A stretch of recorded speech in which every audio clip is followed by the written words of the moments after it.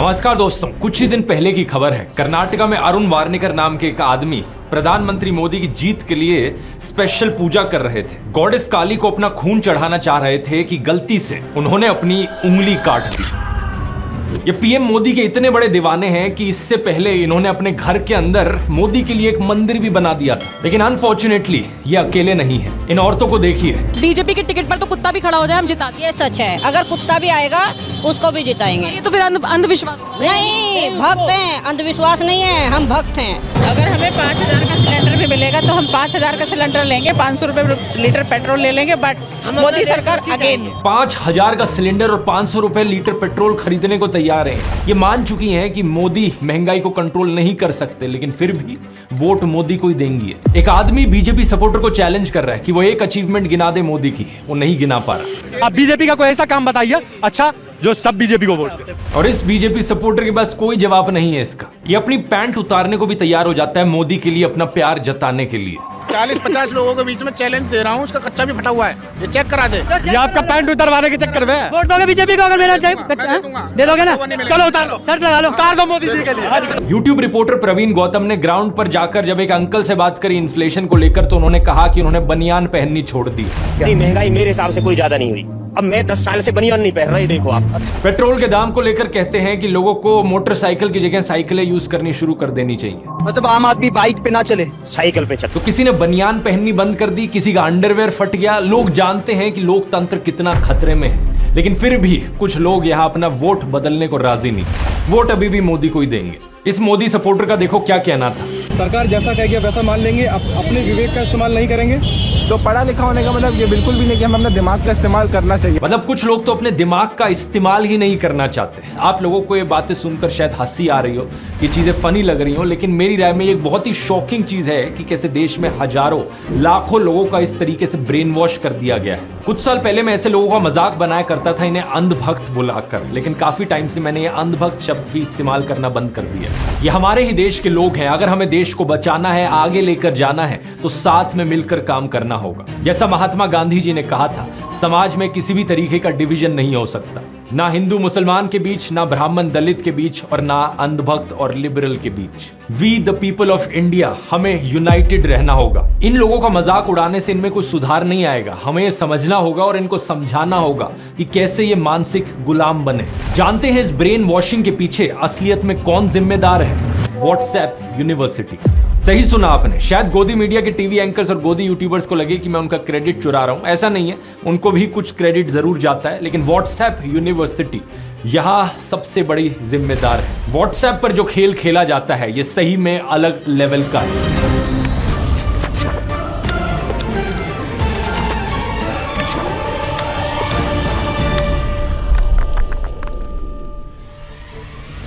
इस वीडियो को देखिए। आपने बयान जरूर कहीं ना कहीं देखा या सुना होगा कि भारत को आजादी 99 साल की लीज पर मिली है। वही मैं बता रही हूँ कि ये भी 99 साल की लीज पर ले पाए थे आप। अगर आप में इतनी कुब्बत थी तो पूरी आजादी लेते ना। उस टाइम क्यों आपने लीज पर ले ली?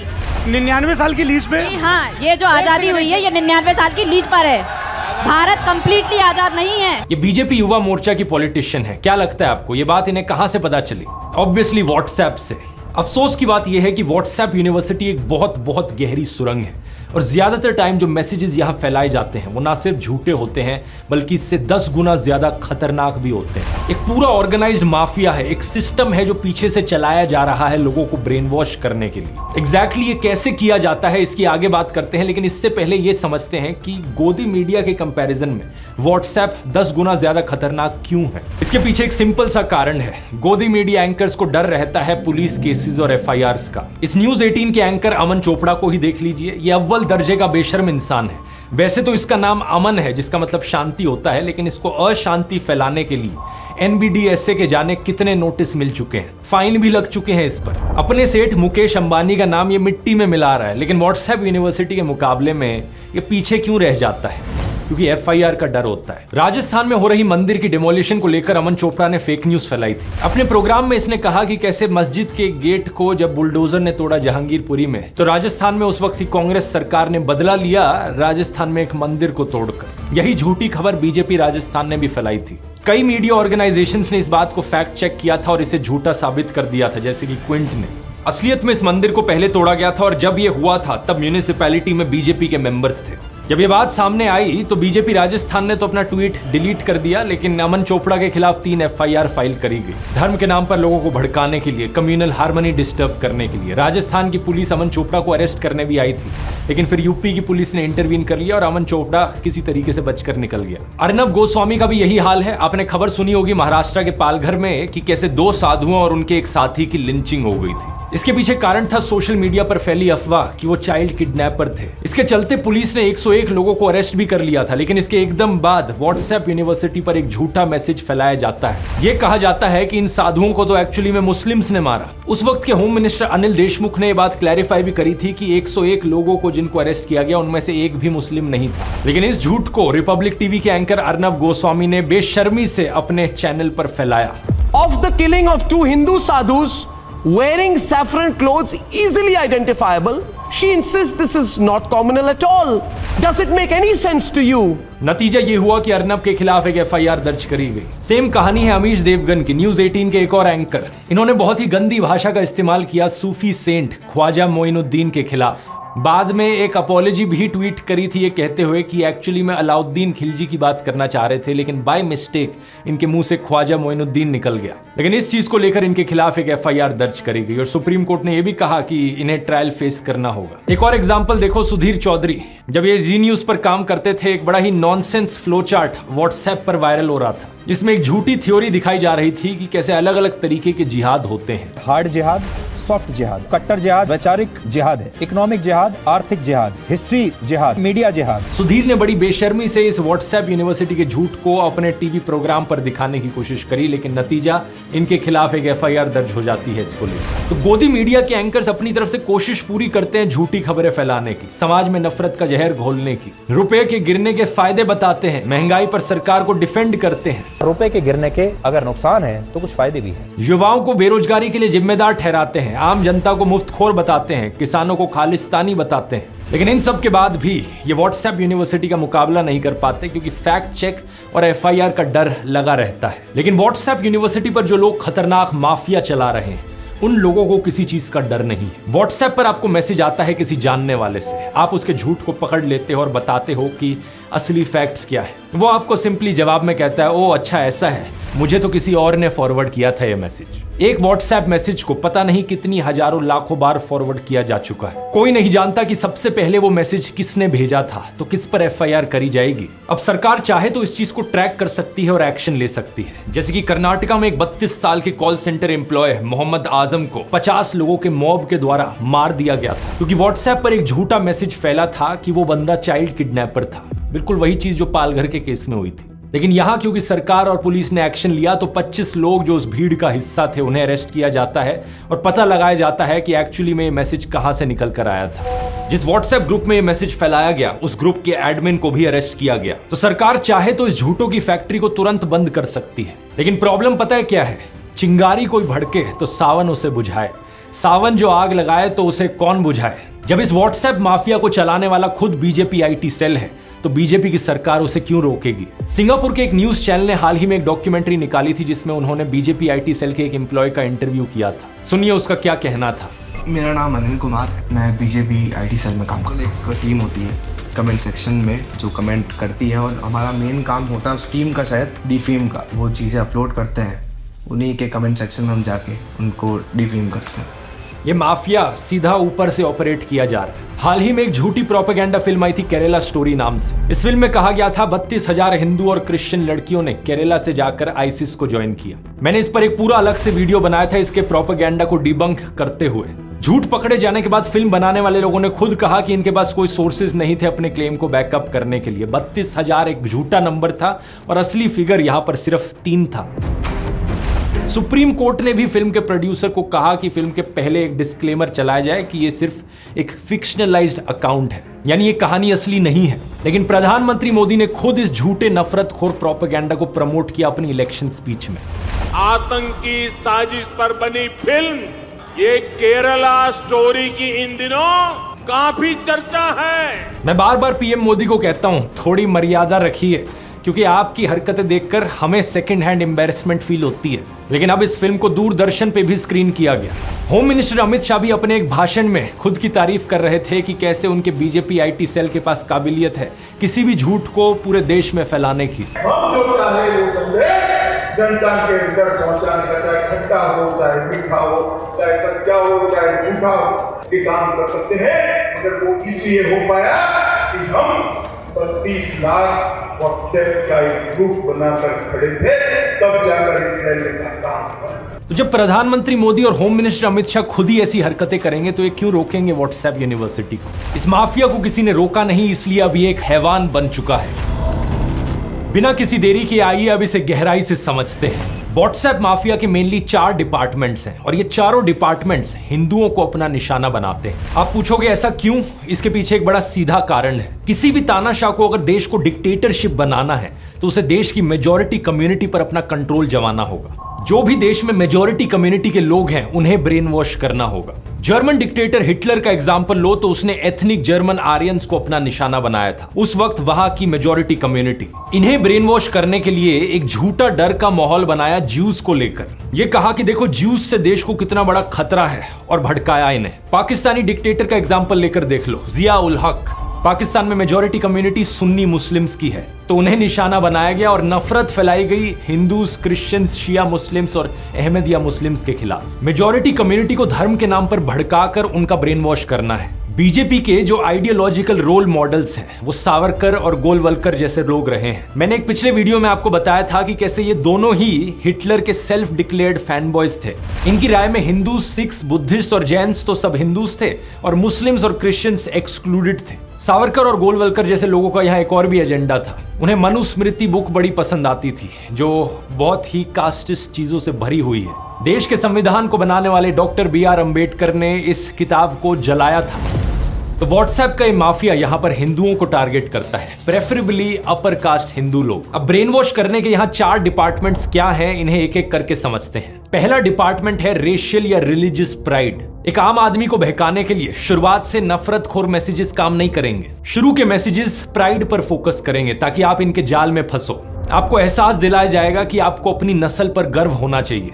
ये देखो हम हिंदू कितने महान लोग थे, हम सब कुछ जानते थे। हमारा इतिहास दुनिया का सबसे महान इतिहास है और हमारा कल्चर दुनिया का सबसे बेस्ट कल्चर है। डिपार्टमेंट नंबर 2, विक्टिमाइजेशन और सेल्फ पिटी। एक बार आपको गर्व और अहंकार के इमोशन से नहला दिया गया तो उसके बाद आपको विक्टिम बनाया जाता है। ऐसे मैसेजेस आपके पास आते हैं जो बताते हैं कि कैसे सदियों से हम हिंदुओं पर अत्याचार हो रहा है। ये देखो हम कितने बड़े विक्टिम हैं। हजारों सालों से इन लोगों ने हमें कभी उठने नहीं दिया ऊपर। एक बार आप इसमें विश्वास करने लग गए तो अगला हमला आप पर होता है डिपार्टमेंट नंबर 3 का, you are in danger.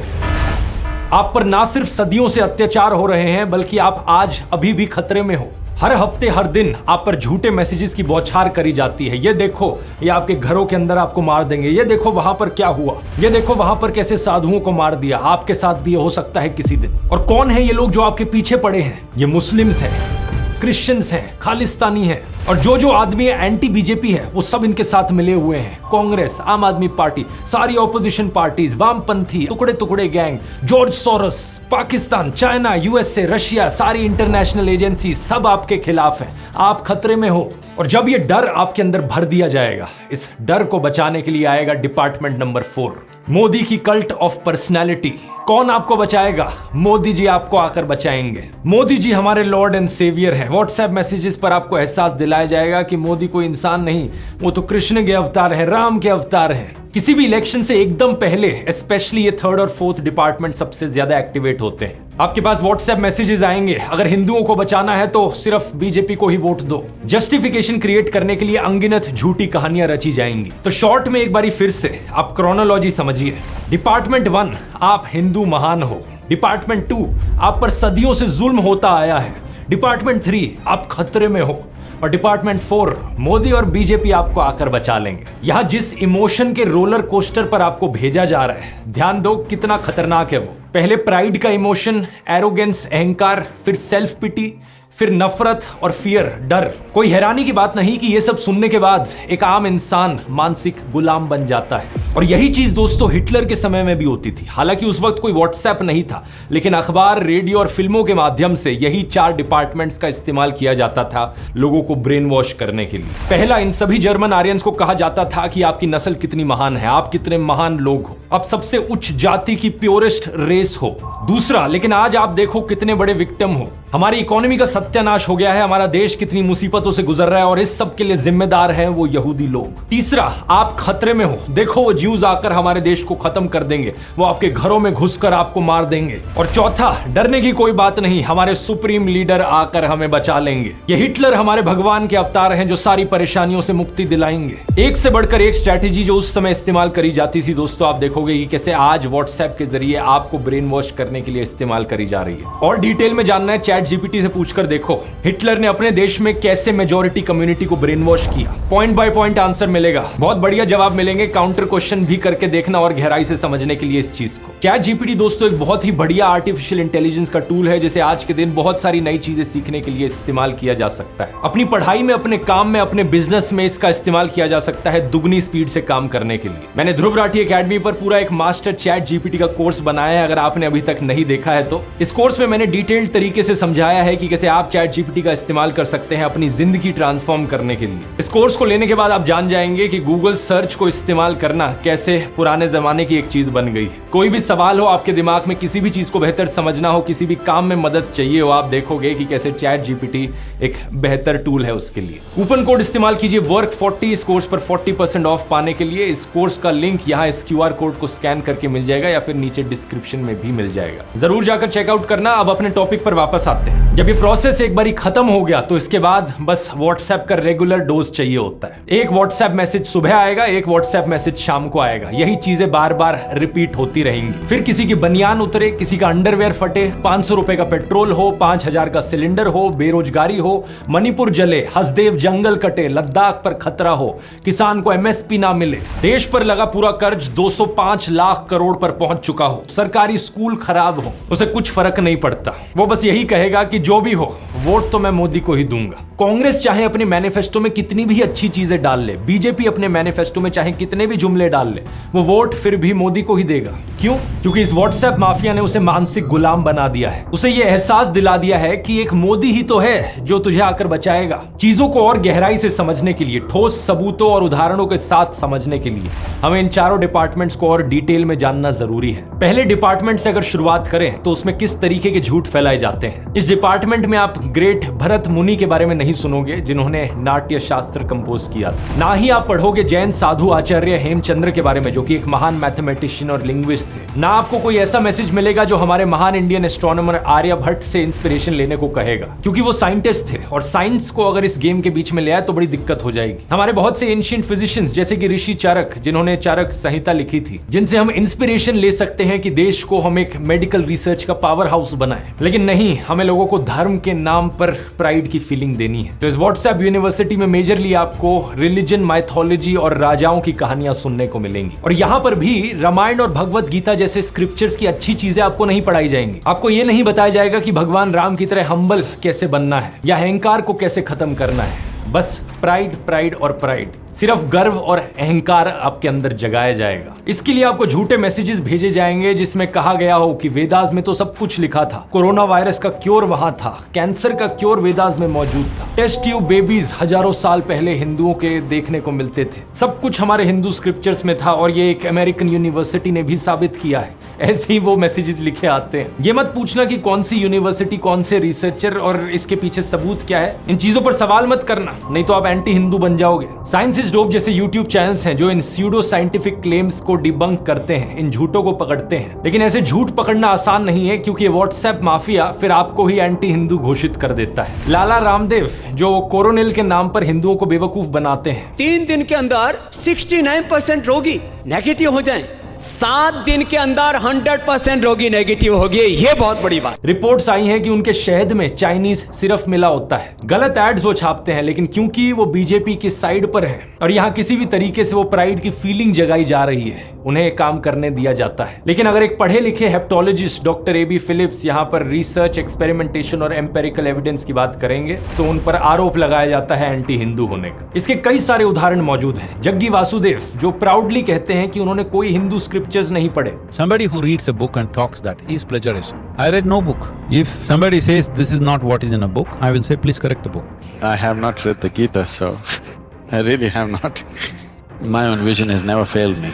So I always kept away from all scriptures because I didn't want to clutter myself with something or the other. खुद भी कहते हैं कि स्पिरिचुअल बुक्स पढ़ने की कोई जरूरत नहीं, वो बीजेपी के फेवरेट हिंदू गुरु हैं। लेकिन आचार्य प्रशांत जिन्होंने सारे स्क्रिप्चर्स एक्चुअली में पढ़े हुए हैं और आपको वैल्यूज सिखाते हैं जो भगवत गीता में दी गई हैं, उन्हें एंटी हिंदू बनाने की कोशिश की जाती है क्योंकि वो व्हाट्सएप माफिया के एजेंडा के खिलाफ जाते हैं। एरोस्पेस टेक्नोलॉजी, इलेक्ट्रोस्टैटिक्स, थर्मोडायनेमिक्स, वो सब खोज के निकाल लाते हैं। ये देखो ये रहा, ये अपमान है। मतलब मिलता कहाँ से इनको ये सब? कल्पना से मिलता और कहाँ से मिलता है? यूट्यूबर्स का ही एग्जांपल लेकर देख लो। अगर वहां एक यूट्यूबर है जो रोज माँ बहन की गालियां देता है, बेटिंग गैम्बलिंग एप्स प्रमोट करता है, हिंदुओं को गुमराह करता है, लेकिन अपने पीछे जय श्री राम लिख के रखता है, वो परफेक्ट हिंदू बन जाता है वहां व्हाट्सएप माफिया के लिए, क्योंकि वो उनका एजेंडा आगे बढ़ा रहा है। लेकिन अगर मैं यहाँ पर स्वामी विवेकानंद की बात करूं अपने वीडियोज में, आदि शंकराचार्य की टीचिंग्स आपको समझाऊं, रामायण से जो सीख मिली है उस पर 2 डिटेल्ड वीडियोज बनाऊं, भगवत गीता के मैसेजेस आपको पढ़कर सुनाऊं, तो मेरे को ये लोग एंटी हिंदू घोषित करने पर तुले रहते हैं। क्यों? क्योंकि मैं इनकी तरह झूठ नहीं बोलता। मैं आपको यहाँ कोई गर्व नहीं ऑफर कर रहा जो व्हाट्सएप माफिया इनका कर रहा है। आपको लोगों को अपना दिमाग स्विच ऑफ करना इस फर्स्ट डिपार्टमेंट से ही सिखाया जाने लगता है। कहानियां आपको सुनाई जाती हैं ये कहकर कि देखो हवन से एक्चुअली में ऑक्सीजन रिलीज होती है, एटमॉस्फेयर साफ होती है। गोदी मीडिया के एक चैनल ने एक बार प्रोग्राम चलाया था कि कैसे 10 ग्राम काऊ घी से 1 टन ऑक्सीजन प्रोड्यूस होती है। इटली के प्रसिद्ध वैज्ञानिक प्रोफेसर GE बिगेड ने गोबर के अनेक प्रयोगों द्वारा सिद्ध किया 1 तोला घी से यज्ञ करने पर 1 टन ऑक्सीजन बनता है। हम सब ने स्कूल में पढ़ा था कि कंबशन में ऑक्सीजन यूज होती है और कार्बन डाइऑक्साइड रिलीज होती है, और इम्पार्शियल बर्निंग में कार्बन मोनोऑक्साइड रिलीज होती है। लेकिन बार बार ऐसे क्लेम्स उठाए जाते हैं ताकि लोग अपने दिमाग को स्विच ऑफ करना सीख सके। लोगों को कहा जाता है धर्म की बात हो रही है भाई, हिंदू रिलीजन की बात है, कोई सवाल नहीं कर सकता, जो कहा जा रहा है उस पर यकीन कर लो। ये देखिए कैसे कैसे झूठ फैलाए जाते हैं कि गाय ऑक्सीजन देती है। The latest in that list is Pragya Thakur, who has said that drinking cow urine can cure lung infection. सच बात तो यह है कि इन लोगों ने कोई स्क्रिप्चर्स पढ़े ही नहीं हुए। किसी भी वेद में कहीं लिखा हो कि भाई हवन से ऑक्सीजन प्रोड्यूस होती है या गाय ऑक्सीजन देती है, कोई सबूत नहीं मिलेगा आपको यहाँ पर। ऋग्वेद के पहले श्लोक में ही मेंशन किया गया है हवन का मतलब क्या है। वो एक प्रेयर है जो लॉर्ड अग्नि को ऑफर करी जा रही है। और मैं हवन के खिलाफ नहीं हूं, मैंने खुद अपनी शादी में हवन कराया था। मैं इस झूठ के खिलाफ हूं जो IT सेल और इनका व्हाट्सएप माफिया फैलाता है लोगों को गुमराह करने के लिए, लोगों के माइंड्स को स्विच ऑफ करने के लिए। ये चाहते हैं कि आप लॉजिकल और साइंटिफिक रीजनिंग अपने दिमाग की बिल्कुल बंद कर दो, क्योंकि उसके बिना इनके जाल में फंसना बहुत मुश्किल है। बहुत सी औरतें अपने पैरों में टो रिंग्स पहनती हैं। क्यों? क्योंकि एक कल्चरल ट्रेडिशन है हमारा। दुनिया भर में कई और देशों में देखने को मिलता है, जैसे कि अफ्रीका में। बड़ी सिंपल सी एक्सप्लेनेशन है, लेकिन इस सिंपल एक्सप्लेनेशन में गर्व की फीलिंग कहां है? कोई प्राइड नहीं आ रही। तो व्हाट्सएप माफिया क्या करेगा? आपको इसके हेल्थ बेनिफिट्स गिनाने शुरू कर देगा। ये देखो एक्चुअली में टो रिंग्स पहनने के साइंटिफिक रीजंस क्या होते हैं। दैनिक जागरण से लेकर यूट्यूब चैनल्स पर, इंडिया टुडे पर, जग्गी वासुदेव, हर कोई अपने अलग अलग कारण सुनाता है। सबके पीछे मकसद एक है, आपके अंदर वो गर्व की फीलिंग जगाना। वो गर्व की फीलिंग जो रैशनल हिस्टोरिकल एक्सप्लेनेशन से नहीं आने वाली। जग्गी वासुदेव ने अनुपम खेर से बात करते वक्त एक बार कहा था कि आपकी बॉडी पर अगर मेटल को स्ट्रेटेजिक प्लेसेस पर लगाया जाएगा तो आप अपनी बॉडी से एक्सीडेंटली निकल नहीं पाओगे। अगर आपके शरीर में कुछ विशेष जगहों पर मेटल हो तो आप गलती से शरीर नहीं छोड़ेंगे। कोई सेंस है इस बात की? कुछ और व्हाट्सएप मैसेजेस आपको सुनाएंगे कि जो सेकंड टो फिंगर है उस पर एक नर्व हमारे हार्ट से पास करती है जो यूटरस से रिलेटेड है। दैनिक जागरण कहता है इससे वुमेन की फर्टिलिटी बढ़ती है। जिंदगी.com पर लिखा है इससे यूटरिन डिजीजेस और हार्ट रिलेटेड डिजीजेस के चांसेस कम होते हैं। ये कहने को ये भी लिख देते हैं कि साइंटिफिक स्टडीज ने इसे प्रूफ किया है। बताओ जरा कौन सी साइंटिफिक स्टडी ने इसे प्रूफ किया है? इंडिया टुडे ने अपने आर्टिकल में छाप रखा है कि इससे यूटरस का ब्लड प्रेशर चेक में रहता है और एक औरत की मेंस्ट्रुअल साइकिल कंट्रोल में रहती है। अपनी हेडिंग में लिखते हैं बेनिफिट्स एज पर वेदास। जरा मुझे बता दो इंडिया टुडे वालों कि किस वेद के कौन से श्लोक में ये चीज लिखी हुई है। कहीं इसका सबूत नहीं मिलेगा आपको, कहीं पर ऐसा नहीं लिखा। किसी भी बच्चे ने अगर क्लास 10th की बायोलॉजी पढ़ी है तो वो जानता होगा कि नर्व्स का नेटवर्क हमारी पूरी बॉडी में फैला हुआ है। इस बात का कोई सेंस ही नहीं है कि एक सेकंड टो फिंगर की नर्व हमारे दिल से गुजर रही हो। लेकिन जो लोग अक्सर इस व्हाट्सएप यूनिवर्सिटी का शिकार बनते हैं वो इतने पढ़े लिखे हुए नहीं होते। कुछ लोग होते हैं जिन्होंने पढ़ लिख कर एग्जाम पास किए होते हैं, लेकिन वो पढ़े लिखे लोग अनपढ़ के बराबर ही हैं अगर उन्हें अपनी नॉलेज अप्लाई करनी नहीं आती तो। एक और ऐसा क्लेम व्हाट्सएप पर फैलाया जाता है कि तिलक लगाने से हमारे फोरहेड की जो ट्राइगेमिनल नर्व होती है वो प्रेस होती है, इससे हमारे साइनसेस क्लियर हो जाते हैं। अब ट्राइगेमिनल नर्व जैसा हैवी शब्द व्हाट्सएप यूनिवर्सिटी के स्टूडेंट्स को बेवकूफ़ बनाने के लिए काफ़ी है, लेकिन एक्चुअली में अगर आप डायग्राम देखोगे तो ये जो ट्राइगेमिनल नर्व के एंड पॉइंट्स हैं ये हमारे माथे पर नहीं है, एक्चुअली में आईब्रोज के ऊपर है, चीक्स पर है और चिन पर है। इस डायग्राम को आप देख सकते हो। और इन पॉइंट्स पर भी प्रेस करने से कोई साइनस क्लियर नहीं होता, ये बिल्कुल बकवास है। असलियत में तिलक लगाना हमारा एक रिलीजियस और कल्चरल ट्रेडिशन है जिसका अपना महत्व है। उद्धव पुंड्र तिलक को लेकर वसुदेव उपनिषद में लिखा है, ये 3 लाइनें त्रिमूर्ति की रिमाइंडर है, ब्रह्म विष्णु और महेश, या फिर 3 रियलिटीज माया ब्रह्म और आत्मा। ये एक स्पिरिचुअल रीजन है, एक ट्रेडिशनल रीजन है। अगर आप व्हाट्सएप की बकवास पर यकीन करोगे तो आप उस स्यूडो साइंटिफिक बकवास को असली रीजन मानने लग जाओगे, और ये जो रियल स्पिरिचुअल रीजन है इसे आप इग्नोर कर दोगे। तो एंटी हिंदू मैं नहीं, ये व्हाट्सएप माफिया है सबसे बड़ा एंटी हिंदू, जो सभी हिंदुओं को गुमराह कर रहा है ये झूठी कहानियां सुनाकर। ये लोग साइंस की इतनी बात करते हैं इन व्हाट्सएप मैसेजेस में, लेकिन हमारी सरकार का जो रिसर्च का बजट है उसे देखा है कभी? हर साल हमारे साइंस एंथुजियास्ट और साइंटिस्ट कहते हैं कि इतनी कम एलोकेशन क्यों की जा रही है रिसर्च और डेवलपमेंट पर देश में। 2021 में इजराइल ने 5.55% अपने जीडीपी का रिसर्च और डेवलपमेंट में खर्च किया। साउथ कोरिया ने 4.93% ऑफ अपना जीडीपी इस पर खर्च किया, लेकिन इंडिया में सिर्फ 0.65% जीडीपी का रिसर्च एंड डेवलपमेंट पे खर्च किया गया। व्हाट्सएप माफिया के जाल में फंसे लोग कभी भी इसकी बात नहीं करेंगे कि हमें रिसर्च पर स्पेंडिंग बढ़ा देनी चाहिए इंडिया, ताकि और चीजें रिसर्च कर पाए, हमारे देश में जो साइंटिफिक प्रोग्रेस देखने को मिल रहा है वो इंप्रूव हो पाए, और जब ऐसा हो तो हम प्राउड फील करें। नहीं, वो लोग ऑलरेडी प्राउड फील कर रहे हैं। पहले की ये फॉर्मेलिटीज हुआ करती थी कि बेटा जमकर मेहनत करो, अच्छे से पढ़ो लिखो, कमाल करो किसी फील्ड में ताकि हम तुम पर गर्व कर सकें। अब कहा जाता है नहीं नहीं इतना लंबा प्रोसेस क्यों, अब तो सीधा 2 व्हाट्सएप यूनिवर्सिटी के मैसेज आ गए हैं, इधर देखो, इन्हें पढ़ो और गर्व करो अपने ऊपर। इधर बेटा गर्व में, उधर बाप गर्व में। कंडीशन केवल एक है कि अपना दिमाग मत लगाना, सवाल मत पूछना, कुछ वेरीफाई मत करना, यहाँ आपको मिलेगा खूब सारा गर्व।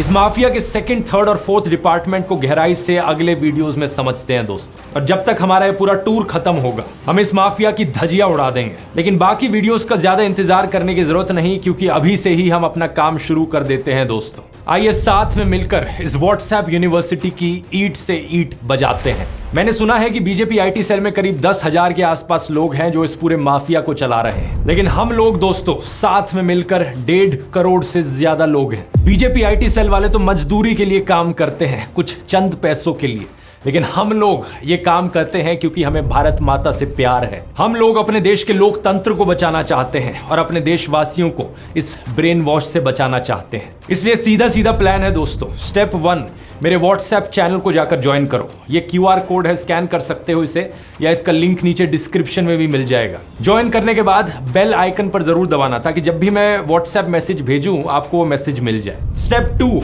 हर रोज के मैं 1 या 2 मैसेजेस इसमें भेजूंगा और आप सारे 1.5 करोड़ लोग 100 कॉन्टैक्ट्स को अपने इन मैसेजेस को फॉरवर्ड करना। हम 1 करोड़ लोग मिलकर मिशन 100 करोड़ अचीव करेंगे। इनके माफिया के जो कुछ हजार मैसेजेस व्हाट्सएप पर सर्कुलेट करते रहते हैं, हम 1 करोड़ लोग मिलकर हर दिन के 100 करोड़ मैसेजेस सर्कुलेट करेंगे। हम ऐसी आंधी लेकर आएंगे कि इनके व्हाट्सएप माफिया का नामो निशान मिट जाएगा अगले 1 महीने में। स्टेप 3, अगर मेरे YouTube या व्हाट्सएप चैनल को ये लोग हटाने की कोशिश करते हैं तो बैकअप के तौर पर मेरी iOS और Android ऐप स्टोर्स पर एक ऐप है, ध्रुव राठी ऐप है। इसका लिंक भी नीचे डिस्क्रिप्शन में मिल जाएगा। इसे बैकअप के तौर पर डाउनलोड करो ताकि मैं आप तक हमेशा संदेश पहुंचा पाऊं। ये ऐप अपने आप में एक व्हाट्सएप चैनल की तरह काम करेगी, जहां पर मैं मैसेजेस भेजूंगा और आप उन मैसेजेस को सीधा फॉरवर्ड कर सकते हो अपने व्हाट्सएप कॉन्टैक्ट्स को। स्टेप 4, आप लोग भी कैमरा उठाओ और 1-1 मिनट के शॉर्ट वीडियोस बनाने शुरू करो इनके झूठ पकड़ते हुए। मैं अकेले एक हफ्ते में कितने वीडियोस बना सकता हूं इसकी लिमिट है, लेकिन अगर आप लोग भी इस काम पर लग गए तो इनके झूठों की फैक्ट्री पूरी तरीके से खत्म की जा सकती है। अपने वीडियोस को इंस्टाग्राम रील्स, यूट्यूब शॉर्ट्स या ट्विटर पर अपलोड करो। हैशटैग इस्तेमाल करो मिशन 100 करोड़। इस हैशटैग के जरिए मैं आपके वीडियोस को ढूंढ पाऊंगा और आपके भी वीडियोस को अपने व्हाट्सएप चैनल में शेयर करूंगा ताकि चारों तरफ हम तहलका मचा दें। और स्टेप 5, वोट करना मत भूलना। वोट करना बहुत जरूरी है। अब समय आ गया है दोस्तों देश के सारे 100 करोड़ वोटर्स तक पहुंचने का। संविधान बचाओ, लोकतंत्र बचाओ का संदेश देश के कोने कोने तक पहुंचाने का। अब समय आ गया है दोस्तों देश के लोगों को मानसिक गुलामी से आजादी दिलाने का। ये सब करते समय याद रखना नेताजी सुभाष चंद्र बोस, भगत सिंह, महात्मा गांधी जी और डॉक्टर BR अंबेडकर को। याद रखना कि देश के लोकतंत्र को बचाना हमारा धर्म है। जय हिंद।